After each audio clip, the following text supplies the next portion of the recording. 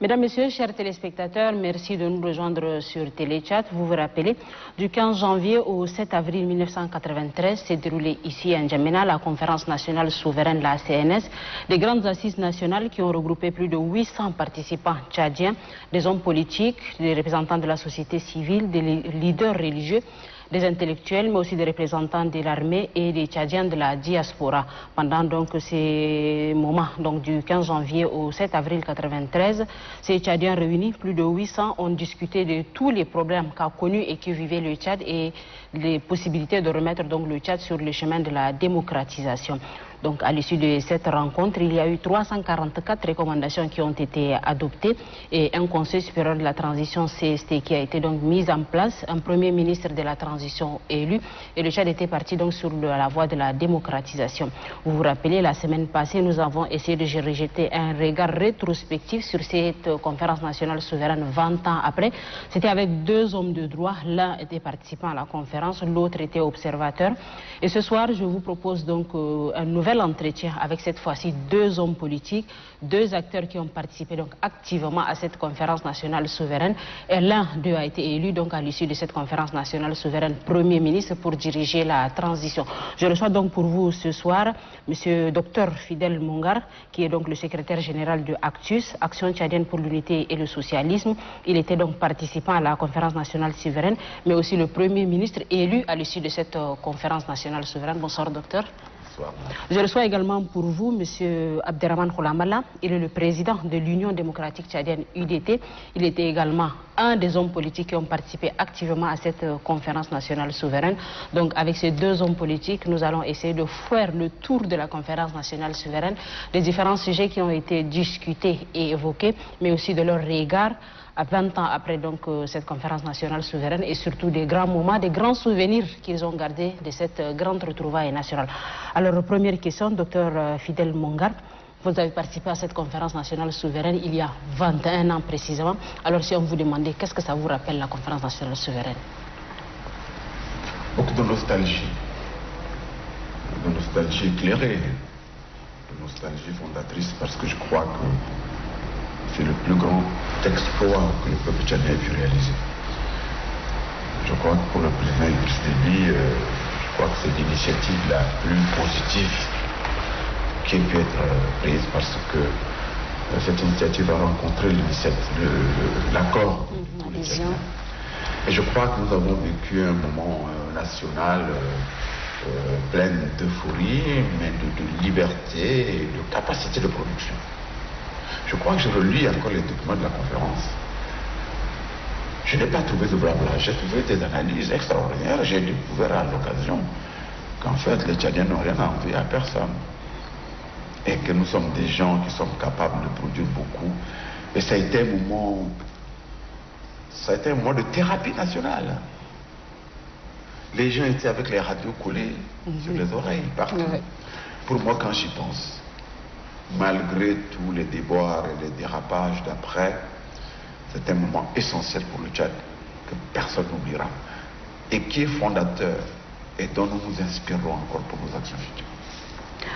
Monsieur Abderrahmane Khoulamala, vous avez également participé aux assises de la conférence nationale souveraine en tant que président donc, de l'UDT, l'Union démocratique tchadienne. Alors si je vous disais la conférence nationale souveraine, qu'est-ce que ça vous rappelle? Comme l'a dit Fidel Mongar, c'est l'un des actes les plus importants que le MPS et le président de la République ont posé dès leur entrée. C'était pas évident. C'était pas évident quand on prend le pouvoir par les armes et qu'on accepte une conférence nationale. Pas une conférence nationale souveraine. C'est-à-dire que tous les actes de la conférence sont souverains. On aurait pu dire ce jour-là, le président Idriss Déby n'est plus président du Tchad et on aurait accepté. Et il a joué le jeu et je crois que 21 ans après, il faut rendre hommage au chef de l'État qui a accepté, au-delà de ce qu'on peut avoir comme opinion politique. Il faut lui rendre hommage d'avoir accepté cela. Et comme l'a dit Mongar, ce fut un moment de thérapie nationale. Nous sortons de nuits noires de dictature. C'est important. Vous savez, Mongar et moi n'avons jamais connu la démocratie. Les jeunes aujourd'hui ont la chance d'aller voter. Nous, on n'a jamais eu cette chance. Nos parents ont voté.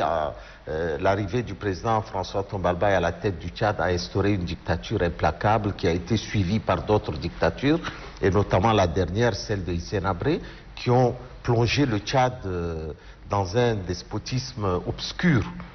Et par rapport à ça, la conférence nationale a été un vent de liberté. Les Tchadiens ont ouvert leurs portes sur la liberté. Ils ont pu discuter en toute franchise. Les élections ont été absolument démocratiques pour le présidium déjà. Moi-même, j'ai été battu au poste de vice-président à la conférence nationale, mais on s'était détendu. D'ailleurs, j'ai eu une célèbre phrase en disant que entre les deux tours, je suis allé déjeuner chez mon ami Saleh Kebzabo, sachant pertinemment qu'il n'a pas voté pour moi. Donc c'était cette effervescence démocratique qui nous rappelle de bons souvenirs. C'est vrai que on a beaucoup de nostalgie. Est-ce que l'exercice de la démocratisation a commencé déjà dans la salle? Bien sûr, bien sûr, bien sûr, madame. Déjà l'élection, vous savez, quand on est arrivé, je peux vous donner un témoignage. J'étais porte-parole de la nouvelle coordination.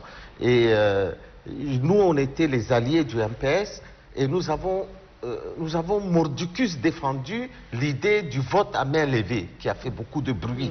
Et là, je donne un témoignage historique. J'ai reçu un coup de téléphone, le président de la République était à Paris, et il m'a téléphoné, il m'a dit, mais Abderrahmane, c'est invraisemblable que vous puissiez demander le vote à main levée. On ne peut pas faire une conférence et en même temps refuser que cette conférence-là puisse exercer toute sa souveraineté, et il ne faut pas accepter le vote à main levée. Beaucoup de gens pensent que Idriss Déby, le président Idriss Déby, était pour le vote à main levée, alors que c'est faux. C'est pour ça que l'histoire de la conférence nationale, c'est aussi l'histoire des coulisses de la conférence nationale. On va parler de ces coulisses. Alors, docteur Fidel Mongar, tout à l'heure, Abderrahmane Foulama disait donc que vous n'aviez pas connu la démocratie, et quand vous arrivez dans la salle pour les travaux de cette conférence nationale souveraine, à quoi vous attendez-vous? Bon, disons que nous connaissions un peu l'histoire des conférences nationales qui s'étaient passées à travers l'Afrique, le Bénin en particulier. Oui. Nous militons dans le mouvement étudiant depuis longtemps, et donc les pratiques de la démocratie, nous les exercions, et c'était une exigence majeure de notre part. J'étais dans un contexte où Idriss Déby m'avait demandé de venir au gouvernement. Avant la conférence nationale, moi je vivais déjà la démocratie avec les enseignants. J'étais dans le débat permanent. C'était un moment extraordinaire de ma vie. Ministre de l'Éducation. Extraordinaire. Et quand je venais à la conférence, malgré les discussions du début, parce qu'attention, ce n'était pas aussi facile, il y avait les forces de rétention, les gens, il ne faut pas débattre, etc. Mais je crois que la fougue et la volonté populaire a tout emporté. A tout emporté, et je ne sais pas si de ma vie je reverrai encore un moment de communication nationale d'une telle importance. Et je vous assure, et les Tchadiens, les gens parlent de tribalisme, c'est des choses qui n'existent pas. On passait d'un banc à l'autre. Nous étions très productifs. La manière dont nous avons fait notre intelligence a été libérée. La communication est venue toute seule. D'ailleurs, nous avons gagné. Pourquoi? Parce qu'on était les meilleurs communicateurs. C'était formidable, tout simplement. Monsieur Abderrahmane Foulama, tout à l'heure, vous parliez des coulisses. C'est vrai, les débats étaient assez houleux. Déjà, pour adopter les règlements intérieurs, il a fallu 3 semaines de débat. Alors, ces coulisses. Oui. Vous savez, les coulisses de la conférence nationale ont commencé avant la conférence nationale. À la commission de préparation de la conférence nationale, dont nous faisions d'ailleurs tous les deux parties. Et quand nous sommes arrivés, il y a le jeu des alliances. Il y a les jeux des alliances. Il y a le parti au pouvoir avec tous les gens qui l'entourent, qui tenaient au privilège d'avoir, ils ont quand même gagné en versant du sang. Il était normal qu'ils disent, c'est pas quelques personnes réunies dans une salle qui vont nous arracher le pouvoir. Et moi, je faisais partie de cette alliance, et je peux vous dire que même à l'intérieur de cette alliance-là, il y avait des débats. Les gens ne voulaient pas que cette conférence nationale échoue. C'était notre principale préoccupation. Donc, quand nous sommes arrivés, il y a aussi des personnes qui étaient, je peux dire, assez extrémistes dans l'opposition, qui voulaient tout remettre en cause. Et c'est cet équilibre entre les deux qui a fait que la conférence a duré 3 semaines dans le règlement intérieur, mais c'était pas mauvais. Parce que ça nous a permis, durant ces 3 semaines, de nous parler, de détendre l'atmosphère, de nous écouter. Et on reviendra peut-être, mais les alliances ont changé à l'intérieur de la conférence nationale. Il y a les partis qui soutenaient le MPS se sont retournés après contre le MPS pour aller, alors que d'autres partis dits extrémistes se sont alliés avec le MPS sur d'autres sujets. Ces coulisses de la conférence nationale ont permis de générer ont permis d'aplanir les difficultés. Moi, je ne suis pas mécontent de tous les débats qu'on a eus. Je ne suis pas mécontent parce qu'il fallait que les opinions s'expriment, il fallait que les hommes puissent déverser ce qu'ils ont sur le cœur. N'oubliez pas que le Tchad sort aussi d'une guerre civile extrêmement douloureuse, celle de 79, qui a été une guerre qui a vu des massacres incroyables entre les populations. Et n'eût été la force on peut dire, les sudistes tchadiens, les lourdistes tchadiens ont démontré leur capacité, leur capacité de faire émerger une nation tchadienne. On a refusé la division et nous étions tous des acteurs en ce moment-là et on a refusé ce démembrement du Tchad entre nord et sud et ce sont des choses qui sont restées pendant la conférence nationale. Ces genres de choses sont restées et la conférence nationale a permis d'aplanir cela, de réconcilier les Tchadiens avec leur mémoire historique, de réconcilier les acteurs politiques et d'amener une élection démocratique, celle de Fidel Mungar, auquel j'ai participé activement. Donc ça a été des moments formidables, des moments... je crois qu'il faut prendre le temps de diffuser de manière permanente les débats à la conférence nationale et permettre aussi aux jeunes d'aujourd'hui de savoir qu'il y a des gens qui se sont battus pour qu'eux, ils puissent aujourd'hui aller prendre leur bulletin et le mettre dans l'urne. C'est vrai que c'était un mot... Oui, je peux juste ajouter que ce débat se déroulait très bien alors que dans le pays, il y avait de grands foyers de tension. Il faut savoir qu'il y avait des maquis dans le sud, ce qui est une chose exceptionnelle. Au nord, on est habitué à guerroyer, mais au sud, on n'était pas habitué. Et il y avait tout ça, il y avait des facteurs de tension incroyables. Il y avait des appréhensions. Il y a des gens qui n'avaient pas intérêt à ce qu'il y ait la conférence nationale. Moi, je crois qu'il y a des moments où le sentiment national surpasse tout. Et je crois que ça a été un moment d'histoire pour tout le monde, pour Idriss Déby en particulier, qui venait de prendre le pouvoir par les armes. Mais pour nous qui venions de l'étranger aussi, qui pensions que nous pourrions vraiment contribuer au développement d'un pays qui marche. La suite, on verra, mais je crois que le moment était formidable. Ok, au-delà donc de ces grands débats, parce que débat, il y avait vraiment eu débat à la CNS, et au-delà du facteur réconciliation de cœur entre les Tchadiens du Nord et du Sud, quels sont les grands sujets qui ont été également évoqués autour de cette conférence? Écoutez, vraiment, la question de la nation tchadienne, la question de la démocratie, la question des langues. Je crois qu'il n'y a aucune question, j'exagère certainement, mais toutes les questions qui concernent le Tchad et la nation, l'évolution du pays ont été évoquées. Je vous assure, je refais encore des lectures, des résumés, et je crois que c'est un moment national d'épanouissement de l'esprit créatif tchadien. Moi, pendant la pause, pendant que les gens faisaient les bulletins, on avait voté, etc., je me suis retrouvé chez moi, j'étais avec des MPS. J'étais avec Loum, j'étais avec, d'habitude, mes compagnons, c'est Nanan et tout ça, mais c'était un mélange incroyable. Et au moment de l'annonce des résultats, tout autour de moi, il y avait mes partisans, mais il y avait des MPS qui avaient quitté leur camp et leur candidat pour soutenir l'espoir de l'avenir. Parce que nous n'avions pas beaucoup d'expérience non plus. Nous avions le cœur, la foi, l'envie. Et l'envie des Tchadiens de sauter d'une société à une autre et de changer le pays existait. C'était un grand moment d'unité nationale, je crois. Que nous qui avons vécu ça sommes loin d'oublier, c'était au moins de nos regrets de ces échecs relatifs. Mais nous n'en sommes pas encore là. Monsieur Abderrahmane Foulamalla, qu'est-ce que vous gardez de ces débats? Moi j'étais, d'abord j'étais très doigté par les hommes politiques parce que j'avais fait le choix ouvert d'être un des meilleurs alliés du MPS. D'abord parce que j'ai estimé que Idriss Déby et le MPS nous ont apporté vraiment quelque chose d'essentiel, la liberté. La liberté de parler. Et j'avais même dit au président Idriss Déby de faire une grande affiche en ville, ça l'a fait beaucoup rigoler. Je lui ai dit, vous mettez sur l'affiche, c'est vrai, je suis un dictateur, mais c'est sous mon règne que vous pouvez le dire. Donc pour dire aux gens qu'il a amené une chose essentielle à l'époque. Et quand je l'ai rencontré, je lui ai dit que moi j'étais un de ses partisans et que j'allais me battre pour lui au sein de la CNL. Mais ça ne voulait pas dire que j'allais accepter n'importe quoi.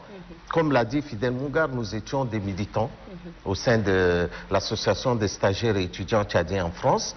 Et nous avons lutté, moi j'ai été un membre du Front de Libération Nationale du Tchad, du Frolina. Donc nous nous sommes battus pour qu'émerge au Tchad une société démocratique. C'est pas parce que nous allions avoir des privilèges avec le régime que nous allons accepter n'importe quoi.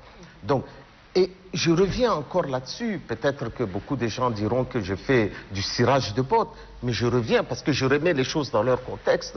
C'était pas facile pour Idriss Déby d'accepter la démocratie. C'était pas facile. Pourquoi?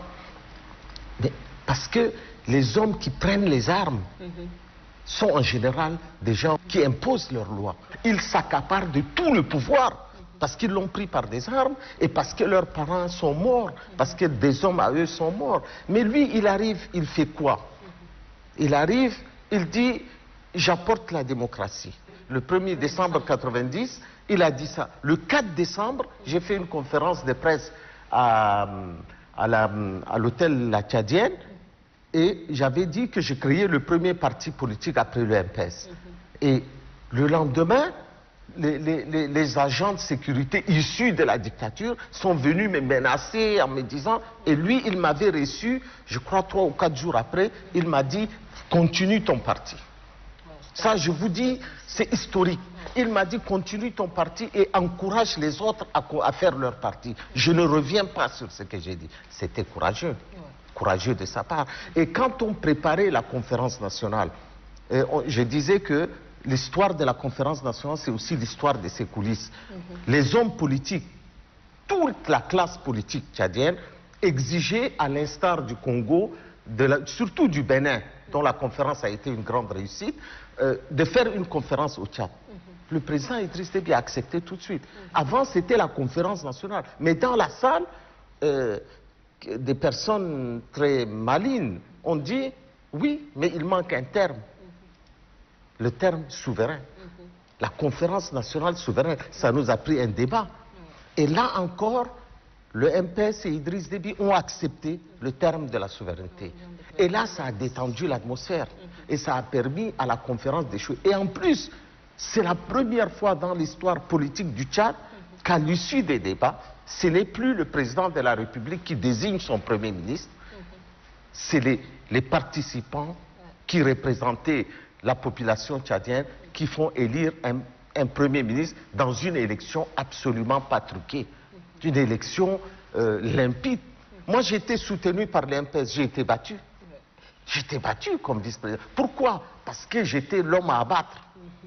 J'étais l'allié du pouvoir, il fallait qu'on me casse en deux. Et quand on devrait faire élire Mungar, nous avons changé notre fusil d'épaule. On a tenu compte de ça et on a élargi notre base. Et l'élection de Mungar a été une élection qui a été faite non pas par le MPS ni par un groupe de partis, mais par un groupe d'amis qui ont choisi le meilleur d'entre eux pour pouvoir le faire élire. Et ce n'était pas gagné d'avance. Nous étions en train de compter voix par voix. Et quand nous avons gagné, les gens ont cru que le fait que pour nous d'entrer dans le gouvernement fut une satisfaction. Non, la satisfaction, c'est d'avoir déjoué le plan des autres, parce qu'il y a aussi... Il ne faut pas oublier que dans la conférence, il y a eu des stratégies individuelles, collectives. Les gens ont fait leur stratégie pour pouvoir arriver. Mais quand il fallait adopter les textes de la transition, on n'a pas tergiversé. Il n'y avait plus de calcul. Il fallait adopter les textes qui pérennisent la démocratie, et c'est notre plus grande réussite. La charte de transition a fait l'objet d'un débat incroyable. Incroyable. J'étais dans la commission institution qui a été présidée par le défunt Beremadi. Ça a été des débats absolument inouïs. Des tiraillements. On suspendait la séance, on faisait des discussions. Nous avons désigné M. Aligé, d'abord pour sa sagesse et pour son sérieux, pour qu'il représente les partis. Or, Aligé faisait partie de la coordination des partis politiques opposés au pouvoir. Et moi, j'étais dans la nouvelle coordination proche du pouvoir. Vous, c'était le CID.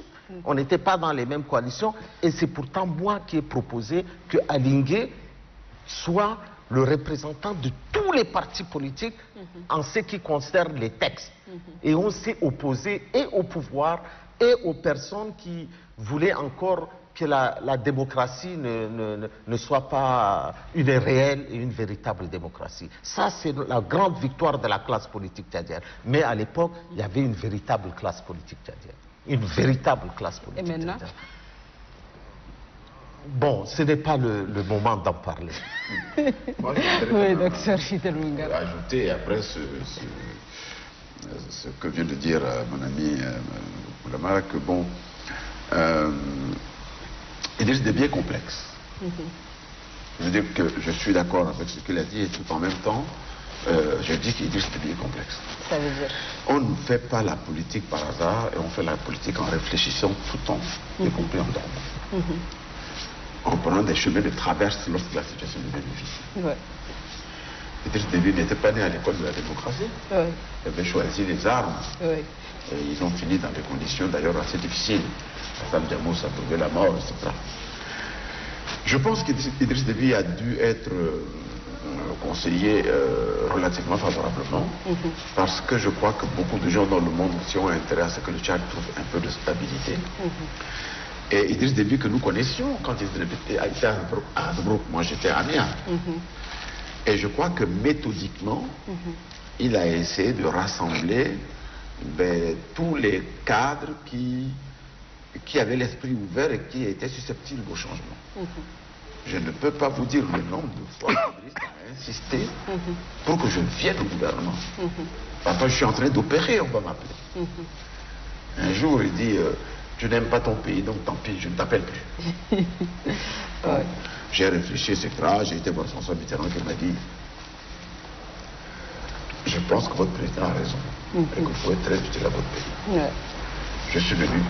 Je peux vous dire que la seule chose dont je suis fier, c'est pas le Premier ministre, c'est le ministre de l'Éducation. Parce qu'Idriss m'a laissé tranquille. J'ai pu réfléchir, travailler avec les enseignants. J'ai été chercher des moyens.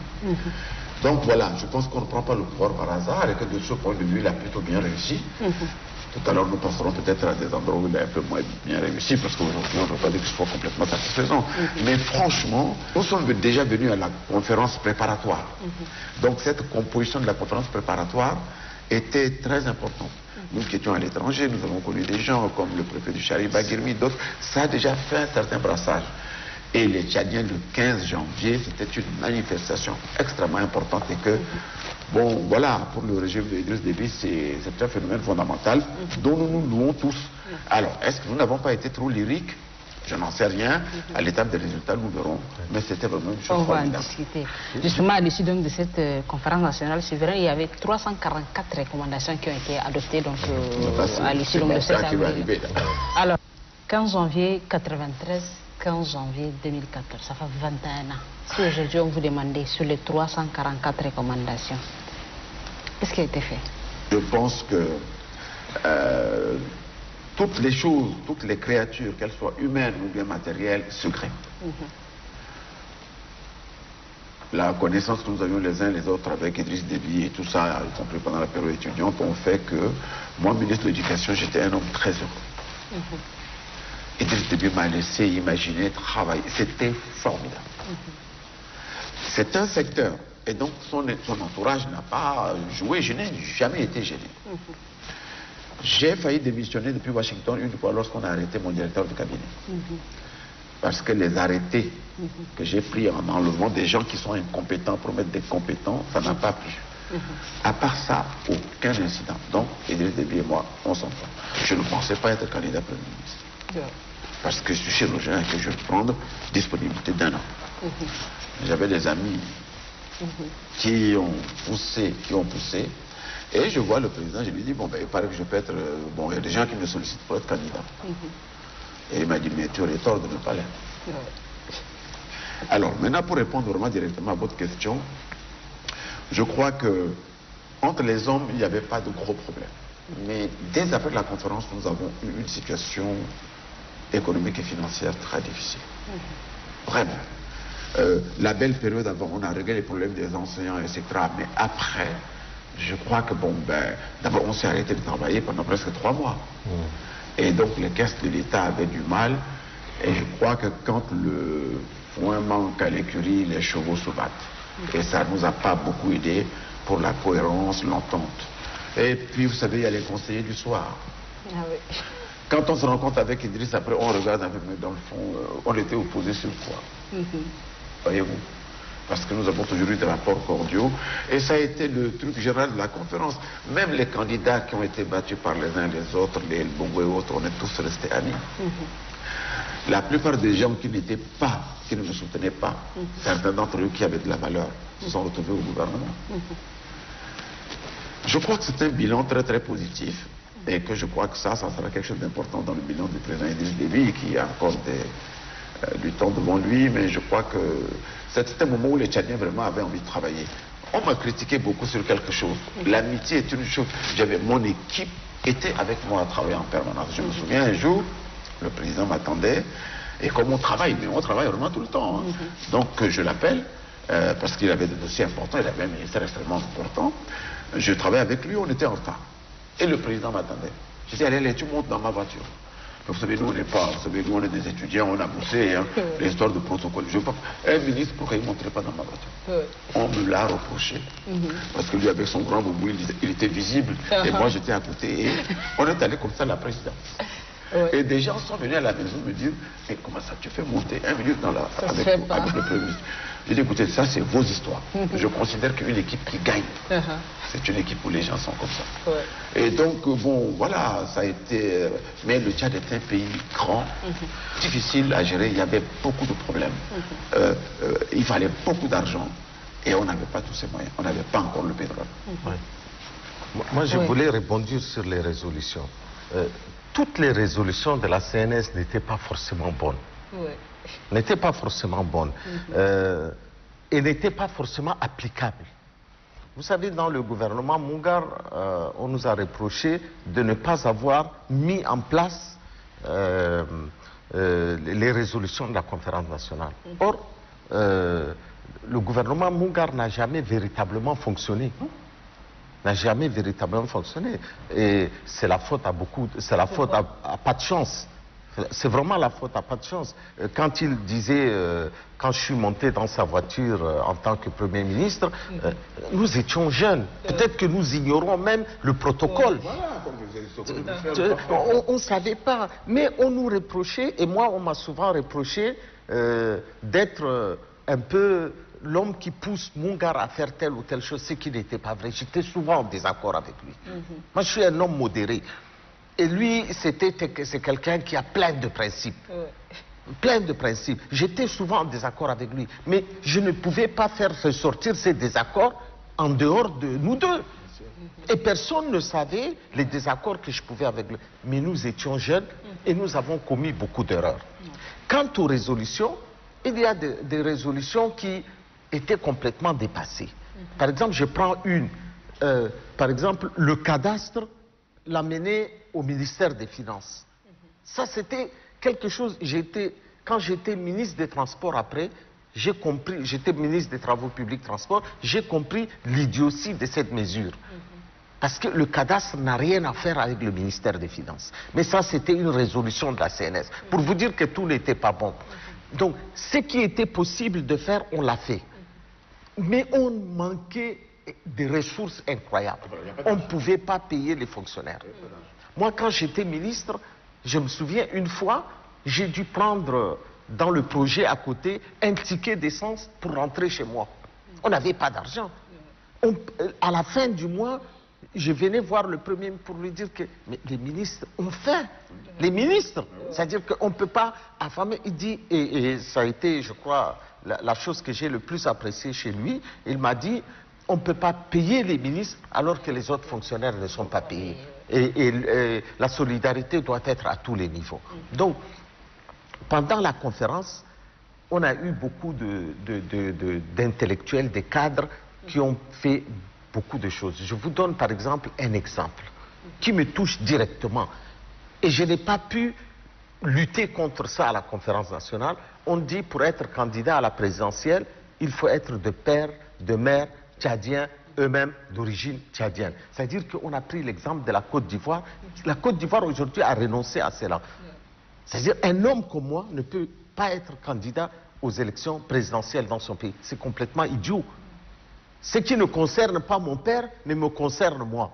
Donc, pour vous dire que les résolutions de la conférence nationale non pas les 300 quelques résolutions étaient pour les 3/4 inapplicables. Et ce n'était pas ça qu'il fallait faire. Ce qu'il fallait faire et qu'on a réussi, c'est de pérenniser la démocratie, de permettre à un régime, ou un pouvoir plus exactement, issu des urnes, de pouvoir appliquer son programme politique en toute liberté. Ce n'était pas à la conférence nationale de décider ce qu'il fallait faire. Un autre problème, c'est le gouvernement à 16 membres. C'est inouï. Pourquoi c'est peu? On ne peut pas faire un gouvernement de 16 membres à la sortie de la conférence nationale alors que nous avons une prolifération de forces politiques. Hein? Il fallait que toutes les sensibilités politiques soient présentes au gouvernement, mais il fallait aussi faire de la place à la société civile.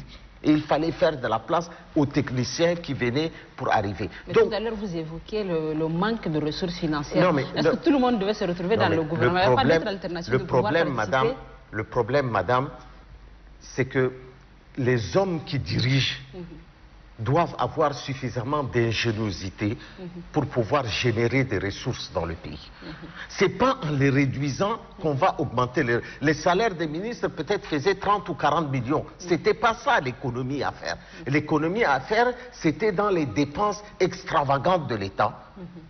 C'était la maîtrise des fonctionnaires. La maîtrise des voyages du gouvernement, du chef de l'État, etc., tout ça, et qu'il fallait faire une maîtrise, il fallait chercher à équilibrer un budget, mais surtout, il fallait trouver les ressources, et ça, il n'y a que les hommes qui peuvent le faire. Mais je voudrais juste faire une parenthèse. Quand je faisais un peu l'éloge du chef de l'État, je ne le fais pas à l'époque actuelle, mais je le place dans son contexte historique. C'est-à-dire que je le place en 1990. Vous savez qu'à l'époque, si vous voulez rencontrer le chef de l'État, vous allez directement, vous rentrez à la présidence, vous demandez au protocole, je veux le voir. Enfin, pour nous autres, aujourd'hui, c'est plus organisé, mais à l'époque, on rentrait à la présidence sans avoir besoin d'être signalé. Vous venez avec votre moto, vous rentrez avec votre voiture. C'était l'effervescence à l'époque. Donc je place les choses dans leur contexte de l'époque, et je parle dans le contexte de l'époque. Mais dernière chose que je vais dire, ma foi, la plus grande résolution de la conférence nationale, ça a été de faire des élections présidentielles et législatives l'une des plus démocratiques de l'histoire politique de notre pays. Donc, l'issue de la conférence nationale a été bénéfique. J'ai été le vice-président de la commission de recensement électoral. J'ai rencontré un des agents